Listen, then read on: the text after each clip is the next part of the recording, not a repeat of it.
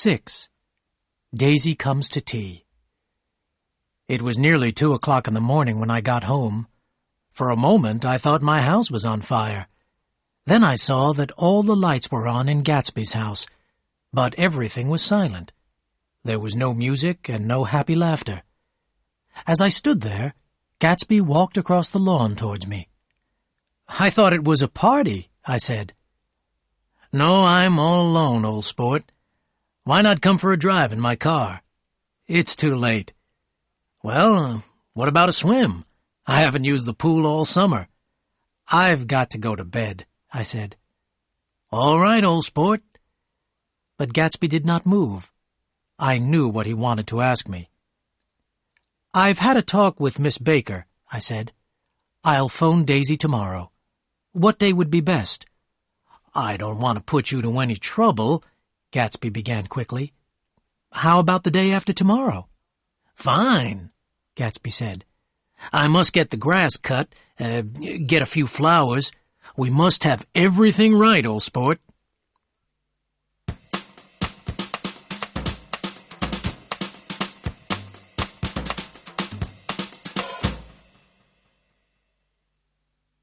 When the day of the tea came, it was pouring with rain. Gastby had sent a man to cut my lawn. At 2 o'clock, Gastby sent over enough flowers to fill every room in my little house. An hour later, Gastby himself arrived. He was wearing a white suit, silver shirt, and gold tie. He looked pale and tired. Gastby sat down and tried to read, but he looked up at every sound. Suddenly he stood up and said, "I'm going home. Nobody's coming." "Don't be silly," I said. "It's only 2 minutes to 4. So Gastby sat down again, and at that moment we both heard the sound of a car. As I opened the front door, Daisy stopped her car and got out. "Why did I have to come alone?" Daisy said with a little smile. "Are you in love with me, Nick?" I took Daisy's hand and led her into the living room. Gastby stood there, very pale, his hands in his pockets. For half a minute there was silence. Then Daisy gave a little laugh and said, "I'm so very glad to see you again, Jay. It's been a long time." 5 years next November, said Gastby, staring at Daisy.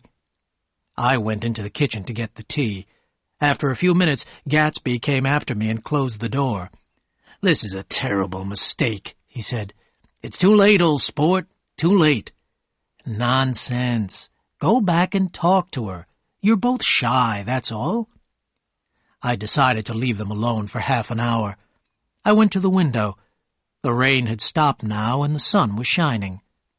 When I took in the tea, I made a lot of noise, but I don't think they heard a sound. Daisy and Gastby were both sitting on the couch. There were tears on Daisy's face, but she was smiling.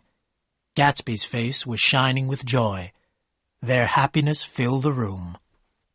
"Oh, hello, old sport," Gastby said, as if he hadn't seen me for years. "I want you and Daisy to come over to my house." "You sure you want me to come?" "Sure of it, old sport." And so Daisy saw Gastby's enormous house for the first time. "That's your house over there, Jay?" she cried excitedly. "Do you live there alone? It's so big." "I always keep it full of famous, interesting people," Gastby told her. We wandered through the gardens. Daisy admired every flower, every tree, everything she saw. We came at last to the white steps in front of the house. It was strange to see them quiet and empty. Inside the house we wandered through room after room. We admired the books in the library. All the beautiful rooms were empty and silent. We went upstairs and looked at bedrooms and bathrooms painted in pale, rich colors. Finally, we came to Gastby's own rooms, where we sat down to have a drink. Gastby had never stopped looking at Daisy. Once he nearly fell downstairs. He was trying to see everything in his house through her eyes. He was like a man walking in his sleep. "It's a funny thing, old sport," Gastby said slowly. "When I see, I can't believe." He put down his drink and opened 2 big cupboards. He began to take out shirts, suits, ties. "I've got a man in England who buys me clothes," Gatsby explained. "He sends things over twice a year." The brightly colored clothes covered the table and fell onto the floor. Silk, wool, cotton. The pile grew higher and higher. Suddenly, Daisy hid her face in the shirts and began to cry. "I don't know why I'm crying," she said, "but they're such beautiful shirts, Jay. I've never seen such beautiful shirts before in all my life."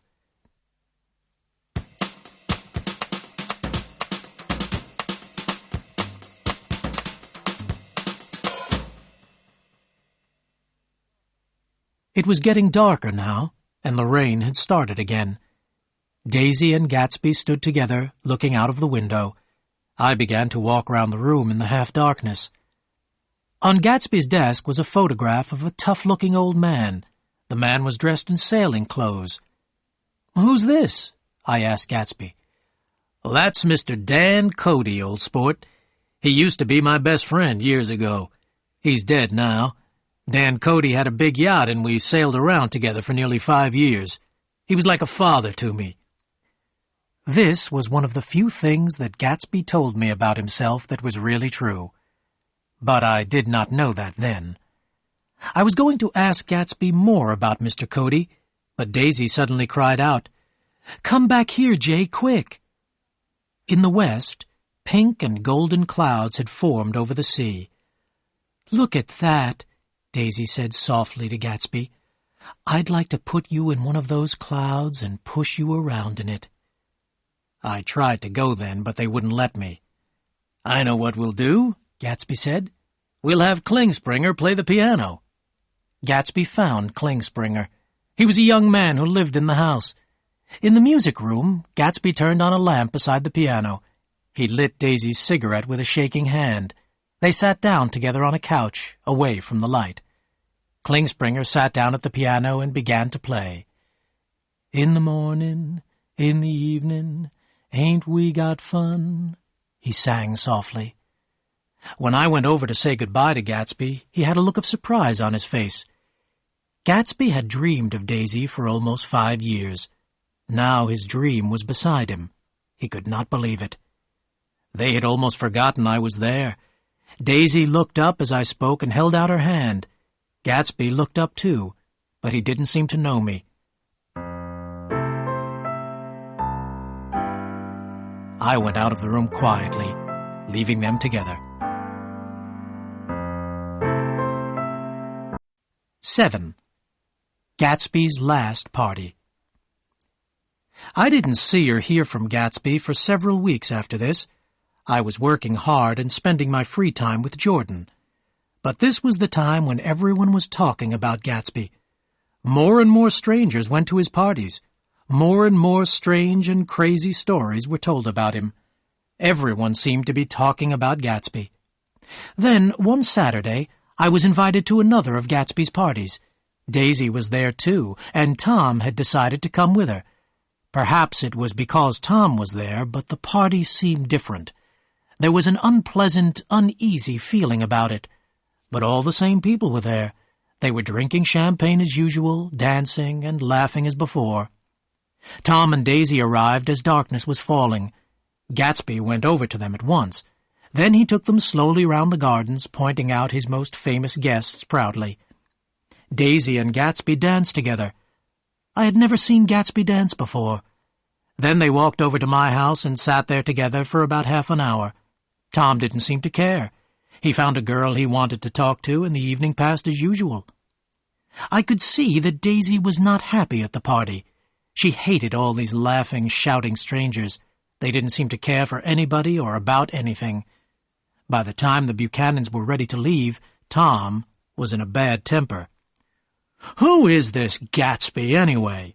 Tom asked as he and Daisy were waiting for their car. "Is he a bootlegger? A crook? He knows a funny lot of people. Where does he find them? Where does he get his money from?" "Lots of people come who haven't been invited," Daisy said. "He's too polite to tell them to go." "I'd like to know who Gatsby is and what he does," Tom repeated, "and I'm going to find out." As they got into their car, Daisy looked back at the house sadly. Gatsby was nowhere to be seen. I stayed late that night because Gatsby wanted me to. When everyone had gone, we sat on the steps together. "Daisy didn't enjoy herself," Gatsby said. "Of course she did." "No, she didn't have a good time. I couldn't talk to her. I felt farther away from her than ever. It's hard to make her understand." And then Gatsby told me what he wanted. He wanted Daisy to ask Tom for a divorce. He wanted her to tell Tom that she didn't love him, that she had never loved him, that she loved only Gatsby. Gatsby wanted to take Daisy back to Louisville, where they had first met. Gatsby and Daisy would be married. Gatsby wanted the last 5 years to be completely forgotten. Gatsby didn't seem to understand how much he was asking. "Don't ask Daisy for too much at once," I told him. "You can't repeat the past." "Can't repeat the past?" Gatsby said in surprise. "Of course you can. Everything's going to be the way it was before. She'll see." Gatsby began to talk about the time when he had first met Daisy. He told me about the first time he had kissed her. That was when Gatsby's dream had begun, and he had spent his life trying to make that dream come true. But no woman can be turned into a dream. I could see this, but Gatsby could not. He could see no reason why he and Daisy should not be happy forever. 8. The hottest day of summer. It was when everyone was talking about Gatsby that his party suddenly came to an end. One Saturday there were no lights in Gatsby's house or in his garden. A few cars drove up to the house, but almost immediately drove away. I wondered what was the matter. I decided to go over and find out. A new servant opened the door. "Is Mr. Gatsby sick?" I asked. "No," he said rudely. "Well, tell him Mr. Carroway called." "Carroway? Okay." And he shut the door in my face. Next day, Gatsby phoned me. "Are you leaving?" I asked. "No, old sport, of course not. I've sent all my old servants away. Daisy comes over in the afternoons. I didn't want them to talk about her in the village. Some friends of Wolfsheim are looking after me now." Gatsby was phoning with an invitation from Daisy. She wanted me to have lunch at her house the following day. Jordan would be there, and, of course, Gatsby too. Daisy phoned me half an hour later. She seemed glad that I had accepted the invitation, but her voice was nervous and excited. The next day was the hottest day of the summer. The smallest movement made you hot and tired. I drove over to the Buchanan's house with Gatsby in his big yellow car. Its green leather seats were too hot to touch. The room where Daisy and Jordan were sitting was dark and cool. The two girls, both dressed in white, raised their hands lazily. "It's too hot to move," they said together. Gatsby stood in the middle of the room in his elegant pink suit. He could not believe that he was in Daisy's own house. Daisy watched him and gave her sweet, exciting laugh. At that moment, Tom opened the door noisily and hurried into the room. "Ah, Mr. Gatsby. Hello, Nick," he said, holding out his hand to me. "Make us all a cold drink," Daisy cried.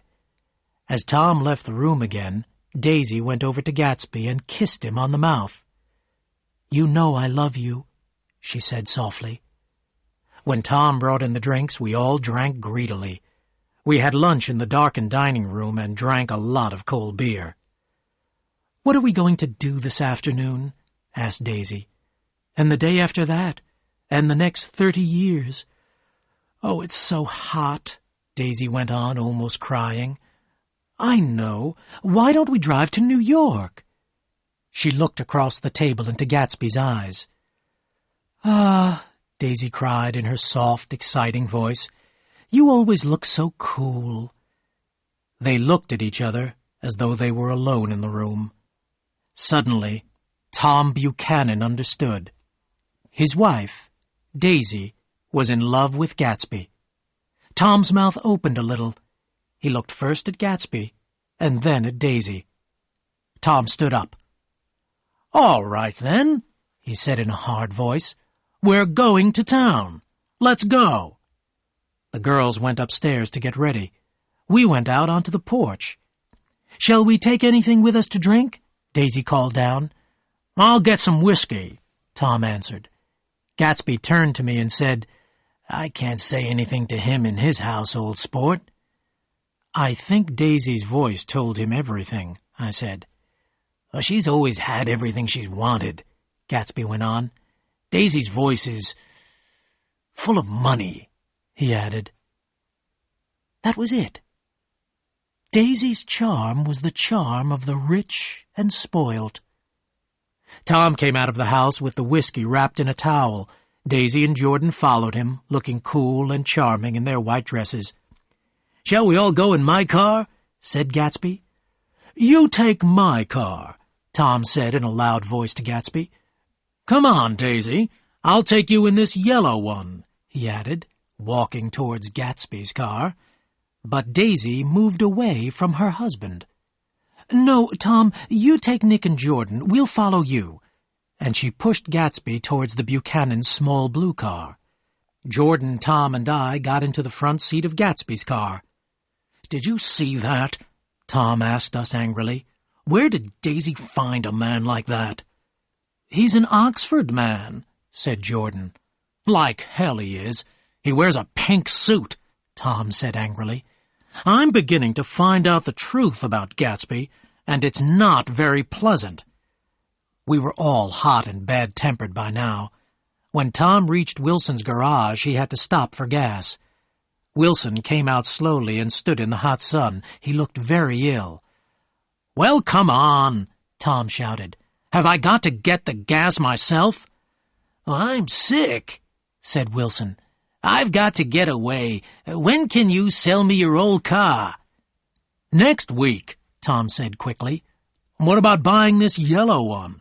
I got it last week. Why are you going away?" "My wife and I are going west," Wilson said.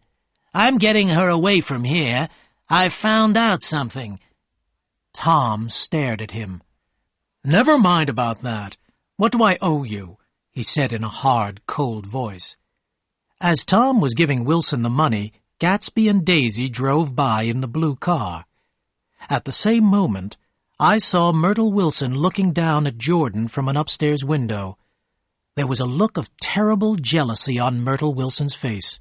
She thought Jordan was Tom's wife. Tom did not see Myrtle. He was thinking about what Wilson had said. In one afternoon, Tom seemed to be losing his wife and his mistress too. He drove on, much too fast, until he was beside the blue car. Gastby stopped and Daisy called out, "Where are you going? It's so hot. We'll drive around and meet you later." But Tom wanted to stay near Daisy and Gastby. After some argument, we all drove to the Plaza Hotel. We took a room there so that we could have a drink. It was a crazy idea. The room was large, but it was very hot. We opened all the windows, but it made no difference. "Oh, it's so hot," said Daisy. "Why did we come here?" "Stop talking about the heat. You make it worse," said Tom, putting the bottle of whiskey on the table. "Why not leave her alone, old sport?" said Gastby. "You wanted to come, you know." "I don't like being called old sport," said Tom in a bad-tempered way. "Where did you learn to say that?" "If you're rude, Tom, I won't stay a minute," Daisy said. "Why don't you phone for some ice?" We sat in silence, waiting for the waiter to bring the ice.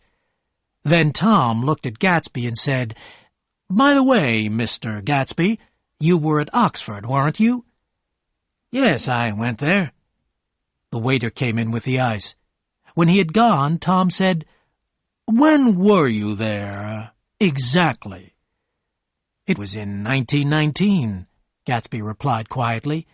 "I was only there for 5 months. American officers were able to go to an English university after the war."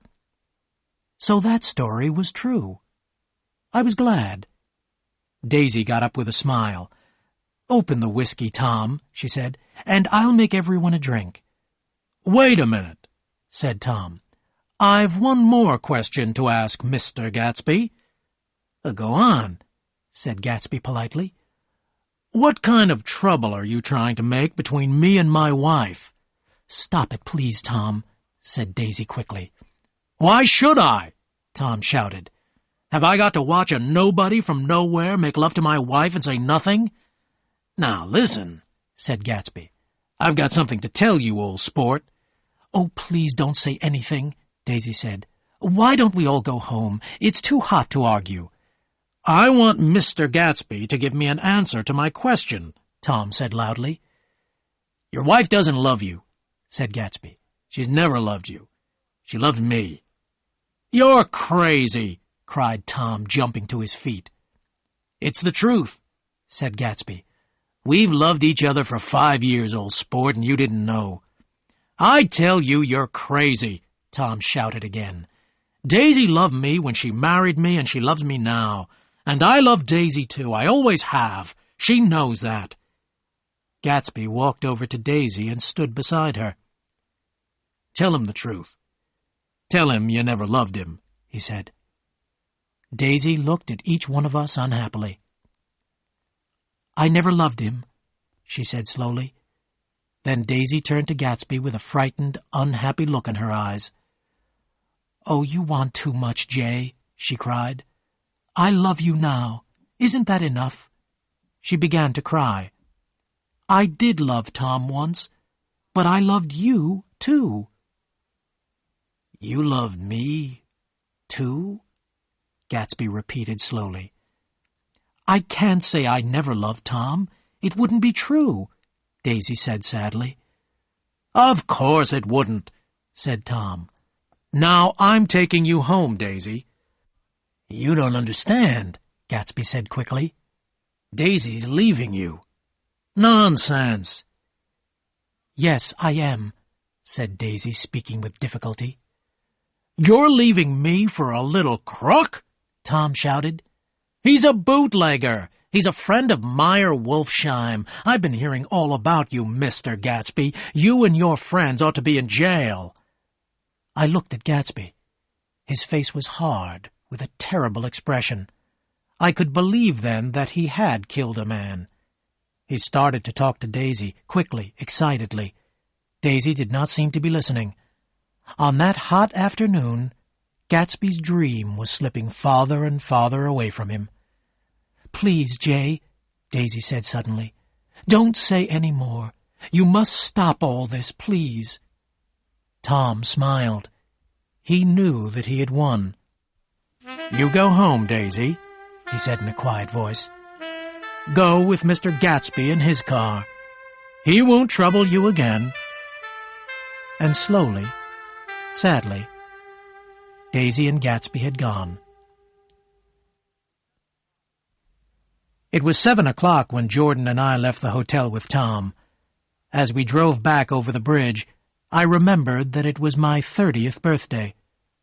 I felt sad and tired. 9. Death in the Evening. We saw the quiet crowd of people outside Wilson's garage from some distance away. "Oh, looks like an accident," Tom said.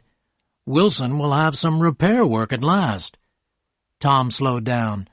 When he saw the looks on the people's faces, he stopped the car. Inside the garage, someone was crying, "Oh, my God! Oh, my God!" over and over again. "There's some bad trouble here," Tom said excitedly. We got out of the car, and Tom pushed through the crowd into the garage. Myrtle Wilson's body, wrapped in a blanket, lay on a table by the wall. Her mouth was open, and a little blood was coming from it. Tom stood there, looking down at her. "Oh, my God," repeated Wilson, his hands over his face. Tom looked round the garage slowly. He went up to a policeman who was writing in a notebook. "What happened?" Tom asked him. "Car hit her," the policeman said. "She ran out into the road and was killed at once. The car didn't stop." "The car was coming from New York," said someone in the crowd. "It was a big yellow car, going about 60. Wilson looked up and shouted out, "You don't have to tell me what color it was.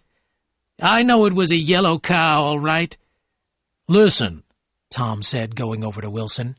"I've just got here. That yellow car I was driving this afternoon wasn't mine, do you hear?" Wilson took no notice.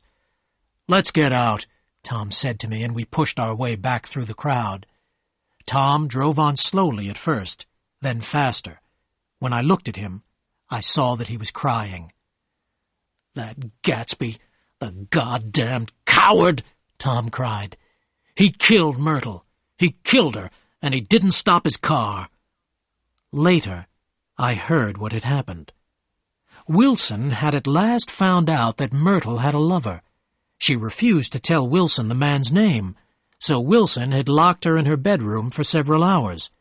Just before 7, someone had heard Myrtle cry out, "Beat me, hit me, you dirty little coward." Then Myrtle had rushed out into the evening darkness. She had been shouting and waving her arms. Had she wanted the yellow car to stop? Myrtle Wilson was killed instantly, and her blood ran onto the dusty road.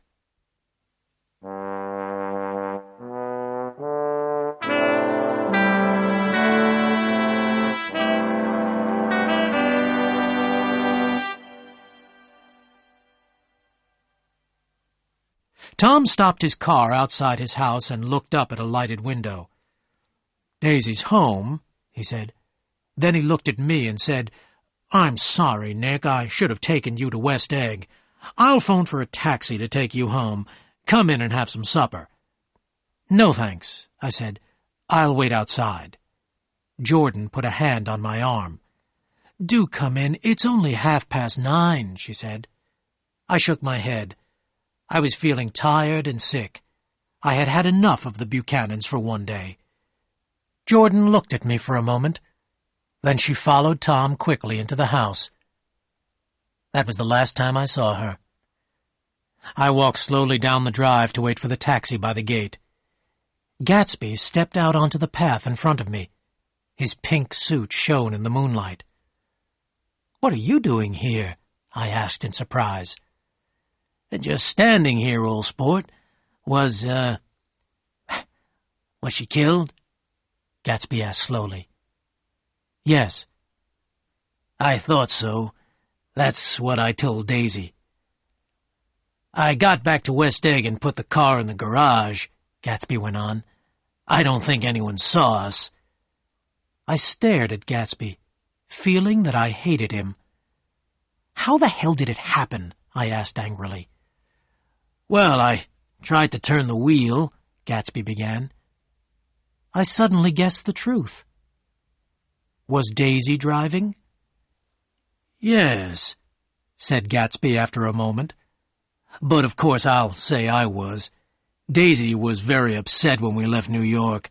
I thought driving would calm her down. That woman rushed into the road just as a car was coming the other way. I think she wanted us to stop. Daisy turned towards the other car and then turned back. She was very frightened. I put my hand on the wheel, but the woman was already under the car. Daisy wouldn't stop," Gastby explained. "Then she felt faint and I drove home. I'm waiting here now in case Tom makes any trouble." "Tom's not thinking about Daisy," I said. Then I thought for a moment. What would Tom do if he found out that Daisy had been driving? Would he believe that Myrtle's death had been an accident? "You wait here," I said to Gastby. "I'll go back to the house and see what's going on." The light was on in the kitchen. Daisy and Tom were sitting opposite each other at the kitchen table. Tom was talking and holding Daisy's hand. Daisy looked up at Tom and nodded her head. They looked as though they belonged to each other. They looked as though they were planning something. I went back to Gastby, who was standing where I had left him. I could hear the sound of my taxi. "It's all quiet," I said. "You'd better come home with me." Gastby shook his head. "I'll wait here till they go to bed. Daisy may need me. Good night, old sport." Gastby put his hands in the pockets of his pink suit. I left him standing there in the moonlight.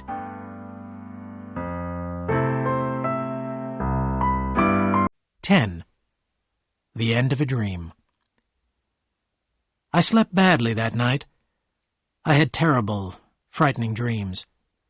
Just before dawn, I heard a taxi driving up to Gatsby's house.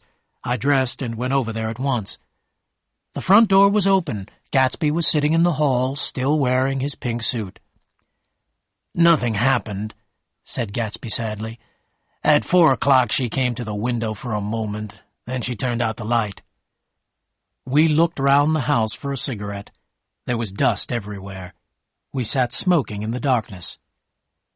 "You ought to go away," I told Gatsby. "The police are sure to find out the yellow car is yours." "Go away? Of course I can't, old sport. I must find out what Daisy wants to do." Gatsby began to tell me about Daisy. He told me how he had first been excited by her beauty and by her money. Gatsby had been a young man without money, and he had no hope of getting any. One October night, he and Daisy had become lovers. Then he had fallen in love with Daisy. And Daisy, a girl who had everything she wanted, fell in love with him. Life for Gatsby became more and more unreal. He spent hours telling Daisy about his dreams for the future, and, of course, she listened to him. Then Gatsby had to go to the war. When he came back, Tom and Daisy were on their honeymoon.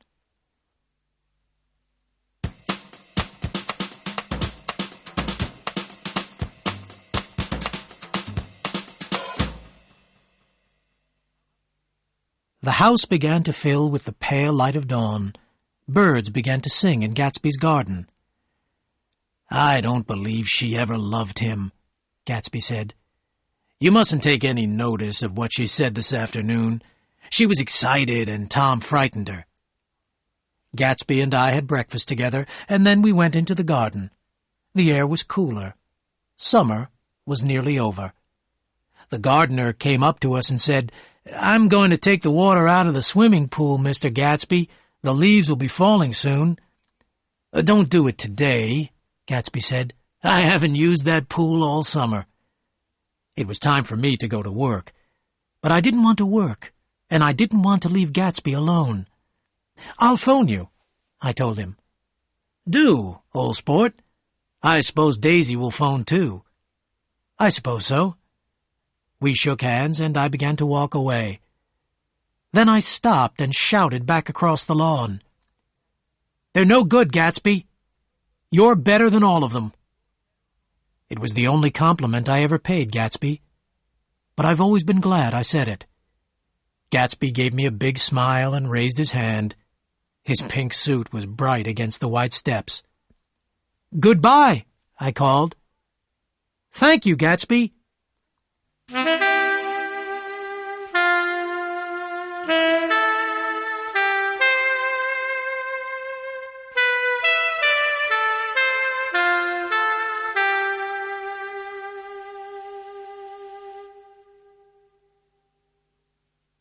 Wilson had cried for Myrtle all night. Then he began to talk to his neighbors. 2 months ago, Myrtle had come back from New York with a bruised face. Later, Wilson had found an expensive dog collar in Myrtle's desk. "He bought it for her," Wilson said. "He bought it for her, and then he killed her. He murdered her. The man in the yellow car. She ran out to speak to him, and he wouldn't stop." Somehow, Wilson found out who owned the yellow car. At 2:30 on the day after Myrtle had been killed, Wilson went to West Egg. He asked the way to Gatsby's house. At 2 o'clock, Gatsby had gone down to his swimming pool with an airbed. He told his servants to call him if anyone phoned. No one phoned. His dream was over. I couldn't do much work that day. I got back to West Egg by about 4:30. Gatsby wasn't in the house. One of the servants told me he had not come back from the swimming pool. We hurried down to the pool. The airbed was moving slowly round and round. There was a little blood in the water, and Gatsby lay on the airbed, dead.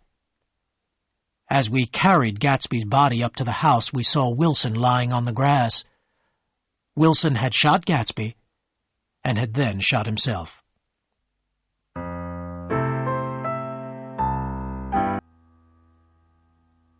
At the inquest, Myrtle's sisters swore that Myrtle had never known Gastby. She said, too, that Wilson and his wife had been completely happy. So Wilson was called a man made mad with grief, and the case was closed.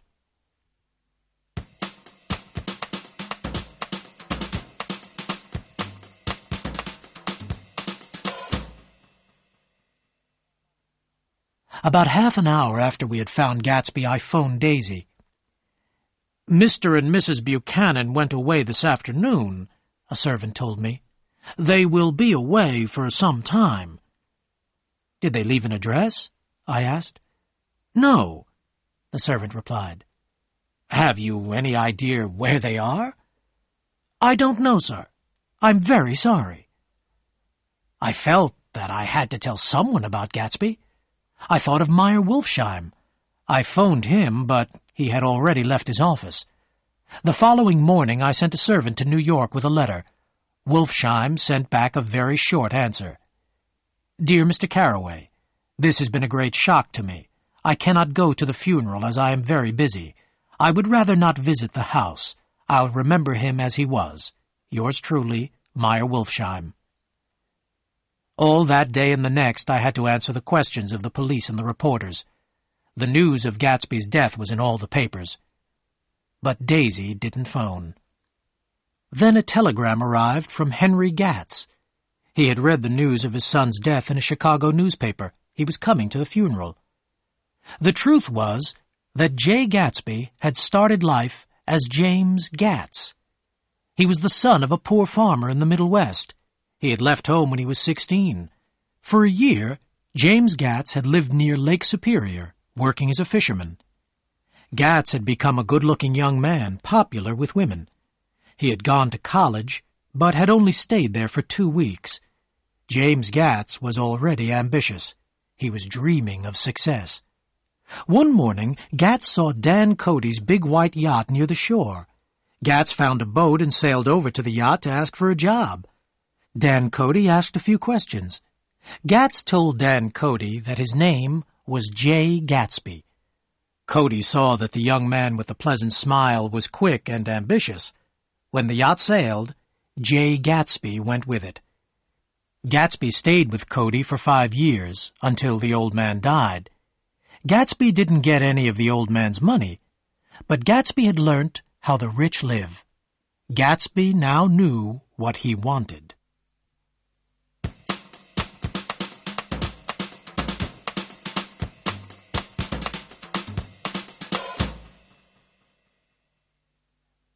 Mr. Henry Gatz was already in tears when he arrived for the funeral. He was an old man, and was so upset that he could hardly stand. But when he had looked round the house, he became more cheerful. "Jimmy did well out here in the East," Mr. Gatz said. "This is where he made all his money. He was a good boy, and he had a great future. He could have done something really good for his country. I was proud of my boy, Mr. Carraway. This has been a terrible shock to me." On the day of the funeral, it rained and rained. At 3 o'clock, the minister arrived. Gastby's father and I waited for the other mourners. After half an hour, the minister began to look at his watch. We waited a little longer, but nobody came. It was raining hard when we reached the cemetery. As we walked towards the grave, I heard someone following us. It was the fat man with glasses I had seen in Gastby's library 3 months before. As we stood by the grave, I saw that Daisy hadn't sent a flower or a message. After the funeral, the fat man said, "I'm sorry, I couldn't get to the house." "That's all right," I said. "Nobody came to the house." The fat man stared. "My God," he said, "and hundreds of people used to go there. What friends!"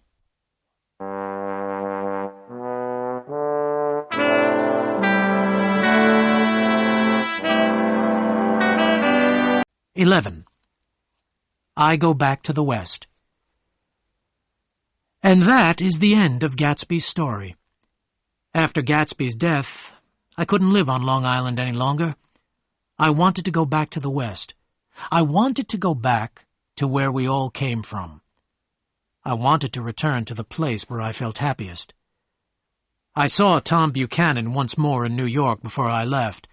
When he stopped and held out his hand, I put my hands behind my back. "What's the matter, Nick?" he asked. "Won't you shake hands with me?" "You know what I think of you," I answered. "What did you say to Wilson that afternoon?" Tom stared at me, and I knew I had guessed right. Tom took hold of my arm. "Listen," he said. "I told Wilson the truth. He came into our house with a gun. He would have killed one of us if I hadn't told him who owned the yellow car."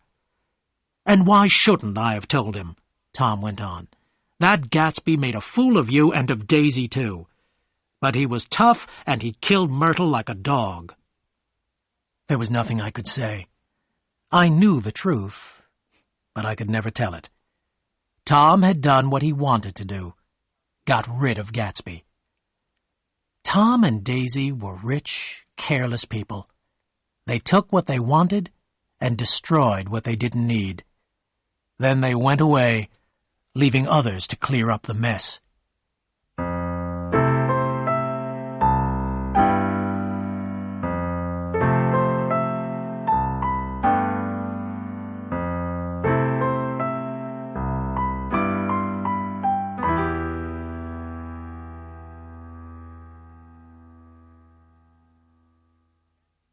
Gastby's house was empty when I left, and the grass had grown very long.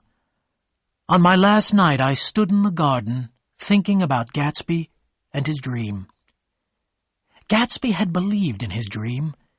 He had followed it and nearly made it come true.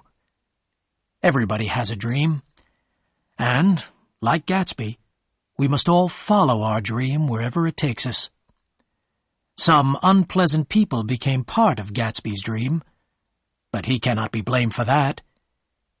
Gastby was a success in the end, wasn't he?